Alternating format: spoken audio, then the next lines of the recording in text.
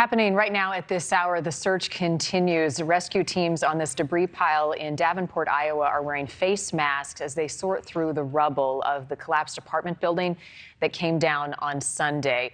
City officials are raising concern about the possibility now of asbestos, and that is as these crews work in a very delicate, thorough manner through this pile to find 3 people who are still unaccounted for that were believed to be in the apartment when it collapsed. Brandon Colvin, Ryan Hitchcock, and Daniel Prian, their families also standing by during this desperate and urgent search for survivors. There are about 50 rescue teams that are involved in the rescue and recovery right now, and you can see several of them. This is a live picture on your screen.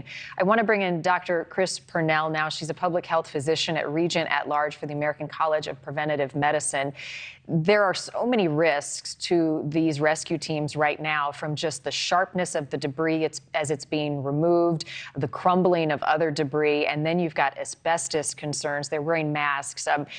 What worries you about asbestos and exposure, even after a matter of minutes?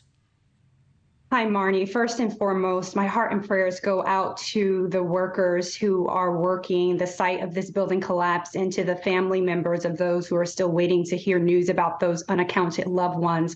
The risks are, as you explained, any worker at the site of a building collapse. First and foremost, we're thinking about crush injuries potentially, or even puncture or impact injuries. When you start to consider asbestos, you want to make sure that a person has a properly fitting respirator. In addition to having a properly fitting respirator, you want to make sure that they have overalls and footwear so that they're not carrying asbestos fibers. A person who inhales or gets exposed to asbestos can have an infection or a disease in their lungs. This can lead to scarring. A person can live with those asbestos fibers in their lungs, sometimes for about 10 years. It's a progressive condition that can ultimately lead to death. In some instances, it can cause mesothelioma, a rare type of cancer, which is deadly, or it can cause malignancies across the airway and GI tract. So there are definitely concerns and precautions that need to be taken.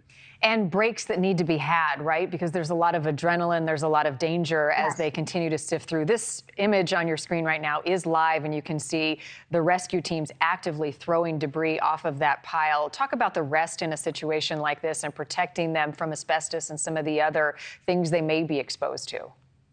Definitely. When you're in a high impact, high adrenaline situation, your risk just goes up. But what you want to do is what we call slow down the thinking or the processes to run those safety checks through your head, and taking rest or opportunities just to give yourself a mental and emotional and a physical break from the high energy, high crisis situation that you're involved in, so you can ensure, and those on site can ensure, that all of those necessary and proper precautions are being taken. The properly fitted respirators, the overalls or protective outerwear, and overall protection for your feet to ensure that you're not transporting asbestos fibers away from the site. Is there a concern? There are a lot of people nearby around that fence line. Family members have been camped out there for the last 6 days or so, that they may also be exposed, or is distance diminish the impact and the risk?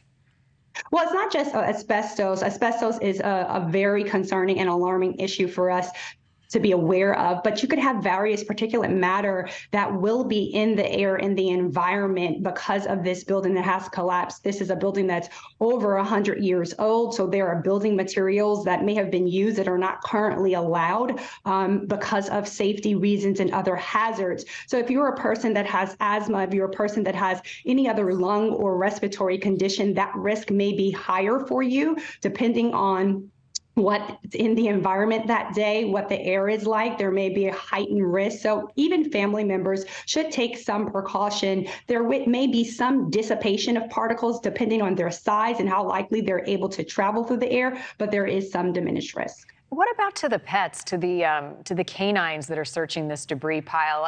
I know our focus is always on the people, but these animals have been on the debris pile looking for signs and alerting on different things. Anything that you can notice in an animal when they're exposed to some of these particulates? Well, I'm not a veterinarian, so this is getting a little bit out of my wheelhouse. But just thinking about the things that we think about when we're thinking about human beings, is a person showing respiratory distress? Is there labored breathing? Is there shortness of breath?